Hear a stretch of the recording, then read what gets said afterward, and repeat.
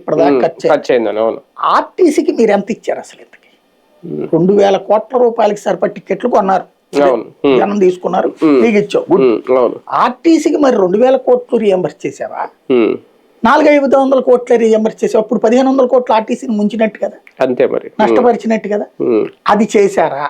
ఇది చర్చ జరగట్లేదు. అది కాకపోతే ఉపయోగం అయితే దీనివల్ల సార్ ఒకటి, లాస్ట్ టైం కూడా మనం 2-3 డిబేట్లు మీరు కూడా చెప్పారు, అన్నా క్యాంటీన్ కంటిన్యూ చేయలేకపోయాడు జగన్మోహన్ రెడ్డి ఇలాగా. ఇప్పుడు ఈ బస్సు పథకం అనేది ఆయన హయాంలో లేదు, వీళ్ళు పెట్టిందే. దీన్ని కంటిన్యూ చెయ్యాలా? మహిళలకు ఇప్పుడు అలవాటు పడ్డారు, లేదంటే చెయ్యకపోతే ఒక పథకం మేము కోల్పోయామనే వ్యతిరేకత ఏమన్నా ఉంటుందా? జగన్మోహన్ రెడ్డికి ఇది ఒక సవాల్ అవుతుంది. వస్తే కదా అధికారంలోకి చూడాల్సి. ఓకేనండి, రాకపోయినా ముందైతే అనౌన్స్ చేయాలి కదా, చెప్పాలి కదా, మేనిఫెస్టోలో పెట్టాలి కదా. చెప్పాల్సిన అవసరం కూడా లేదు కదా, మనమేం పట్టించుకోకపోతే. అంతేనా?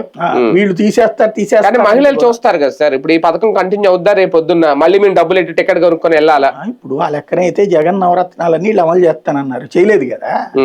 చేశారా? 1,500 రూపాయలు మహిళకి ఇస్తున్నారు, ఇస్తున్నారా? లేదు కదా. దానికి P4 అన్నారు. ఇప్పుడు ఆ P4 కూడా ఏమైందో తెలియదు.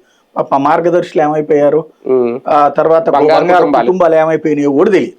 అప్పుడు 10 లక్షలు అన్నారు, తర్వాత ఏమైందో తెలియదు.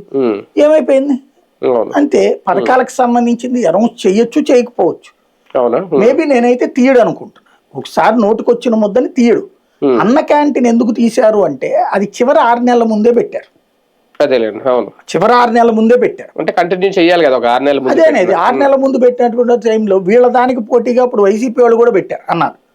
ఆళ్ళ రామకృష్ణారెడ్డి, రోజా, వీళ్ళ అదే అనేది అట్లాగే తెచ్చారు. అప్పుడు వాళ్ళు ఆపేశారు, ఇది ఆపేశారు. ఇంకోటి ఏంటంటే అప్పుడు చేతికి డబ్బులు వెళ్ళినాయి జనానికి, అక్కడికి వెళ్ళి తినాల్సిన నెసిటీ లేదు. ఇప్పుడు వచ్చేటప్పటికి ఇవాళ చేతికి డబ్బులు లేవు, అందుకే అన్న క్యాంటీన్ నిండుగానే ఉంటుంది. అవును.